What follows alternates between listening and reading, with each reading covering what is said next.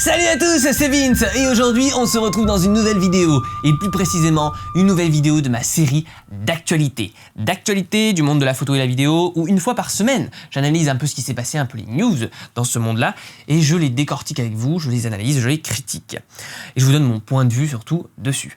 Alors on commence tout de suite par une nouveauté d'Adobe, J'ai fait une vidéo quand Adobe s'arrête d'innover, c'est vrai que les nouvelles applications qu'ils ont sorti récemment, Adobe, donc Photoshop et Lightroom, sont très décevantes, enfin en tout cas sont décevantes tout de même.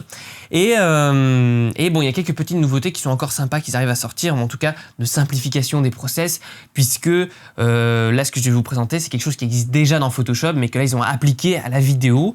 Sous-entendu, donc le correcteur de défauts est-il maintenant disponible pour la vidéo? Alors, c'est une nouveauté qui a été présentée, mais ça n'a pas été encore implémenté dans les logiciels, à savoir. Donc bon, on attend encore.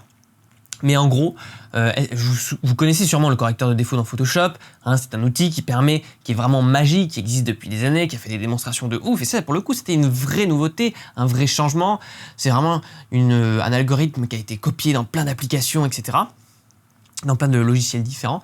Mais ça permet en fait de supprimer les défauts, comme son nom l'indique, et de reconstruire de la matière. Par exemple, si vous avez un poteau sur une rue et que vous n'avez pas envie, ou alors des fils électriques, eh bien il suffit de peindre par-dessus avec ce correcteur de défauts et le logiciel va analyser automatiquement ce qui se passe autour et va venir reconstruire de la donnée, de la data, en dessous en fait les pixels que vous avez supprimés. Donc sous-entendu ici, derrière ce poteau. Il va imaginer ce qui se passait derrière ce poteau, suivant l'environnement de texture qui est autour. Et donc ça c'est très intéressant. Et alors avant on pouvait utiliser ce correcteur de défauts sur des vidéos dans Photoshop avec le logiciel de montage qui est intégré, mais le problème c'est qu'il fallait que ça soit des plans fixes sur trépied et il fallait pas qu'un personnage passe devant à un moment, etc. Ou alors il fallait faire du masquage, il fallait détourer, etc. Et ça prenait des heures, c'était image par image, c'était compliqué. Là, il y a vraiment des nouveautés qui se font, puisque ça va être intégré, donc ce correcteur de défaut va être intégré, en tout cas, si j'ai bien compris, dans After Effects. After Effects qui est le Photoshop de la vidéo, qui est une application développée par Adobe, pareil pour retoucher les images, mais en vidéo. Et donc c'est assez impressionnant, je vais vous montrer une petite vidéo. On voit une sorte de panneau et des personnages en mouvement qui marchent en plus devant un décor complexe et tout. Là c'est un peu moins bonne qualité, mais sur la vidéo que je vais vous montrer de démo par Adobe, c'est du bon HD, Vous inquiétez pas, on voit tous les détails et tout.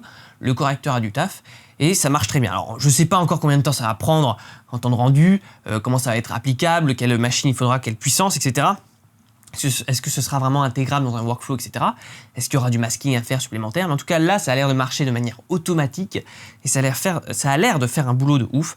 Pareil, si on a oublié une perche dans le champ, aujourd'hui, pour enlever une perche dans le champ dans le ciné, eh bien, ça coûte cher de payer des gens pour le faire et ça augmente le budget tout simplement. Et puis surtout, les gens qui font ça, c'est des tâches très barbatives puisque c'est image par image qu'on vient corriger l'image, qu'on vient comparer avec avant, après, c'est chiant, quoi. Et là, ça permettrait vraiment de résoudre pas mal de problèmes. Et peut-être même qu'on sera un peu plus feignant, donc ça c'est pas forcément positif, mais voilà, une bonne démonstration, un bon point pour Adobe cette fois-ci. Alors après on va passer à un article qui est répertorié par le blogphoto.net qui parle en fait d'une vidéo professionnelle, dite professionnelle, c'est-à-dire au rendu qui ressemble à quelque chose de pro, qui a été filmé à l'iPhone X, donc le dernier iPhone, l'iPhone 10, sans matériel supplémentaire, c'est-à-dire sans système de stabilisateur électronique, voilà, style Ronin, style Glidecam, voilà, ou même de stabilisateur mécanique pour le coup, voilà, sans éclairage additionnel, sans réflecteur, tout ça pour en fait le mec, donc c'est pendant son voyage, Matteo Bertoli s'appelle, il a filmé pendant son temps libre, il a dégainé son iPhone, il a filmé un petit peu là où il passait ses vacances en fait. Et il dit vraiment qu'il a utilisé aucun autre accessoire que son iPhone et son étui de protection. Donc c'était un petit peu le pitch.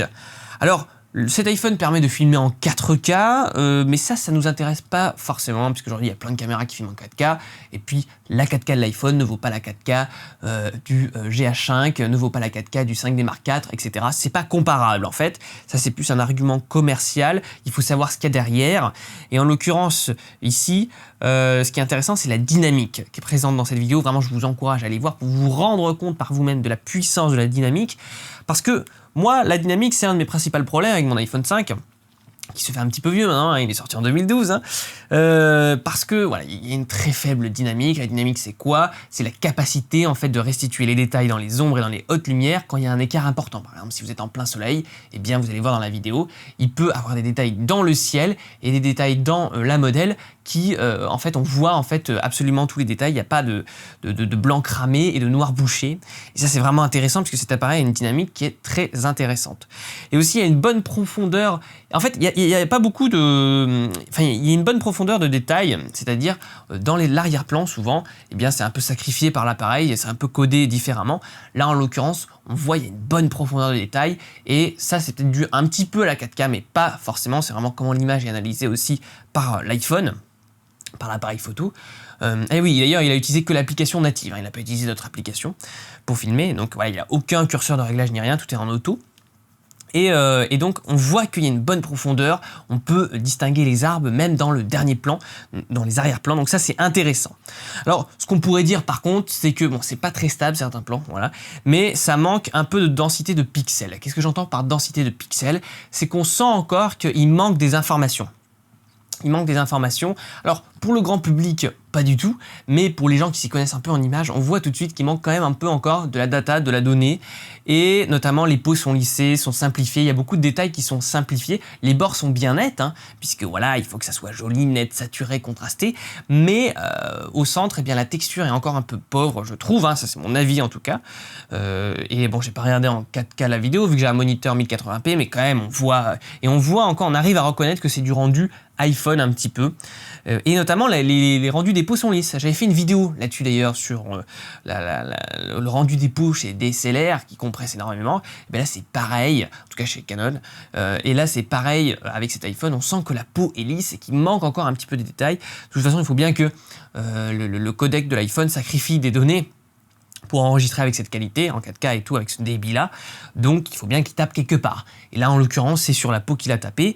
Et donc, on a des rendus de peau un peu lisses. Et aussi, on sent que les possibilités d'étalonnage sont peut-être pas incroyables. Voilà.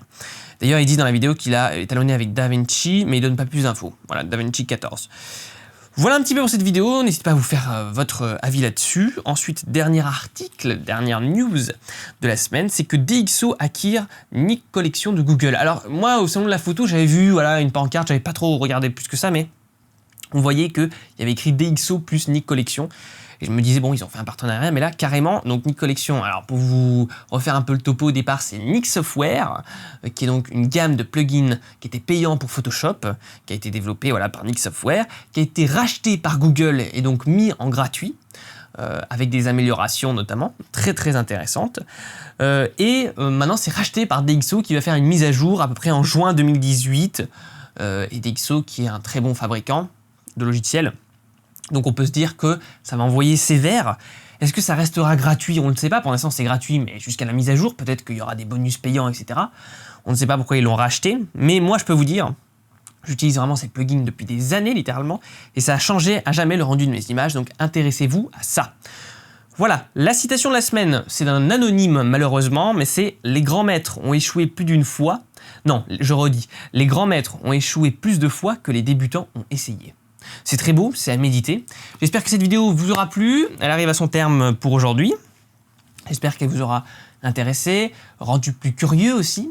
N'oubliez pas que vous pouvez télécharger gratuitement avant de partir mon livre « Comment devenir un meilleur photographe » en PDF dans la description. Et puis nous, on se retrouve très vite pour de nouvelles aventures. Salut à tous!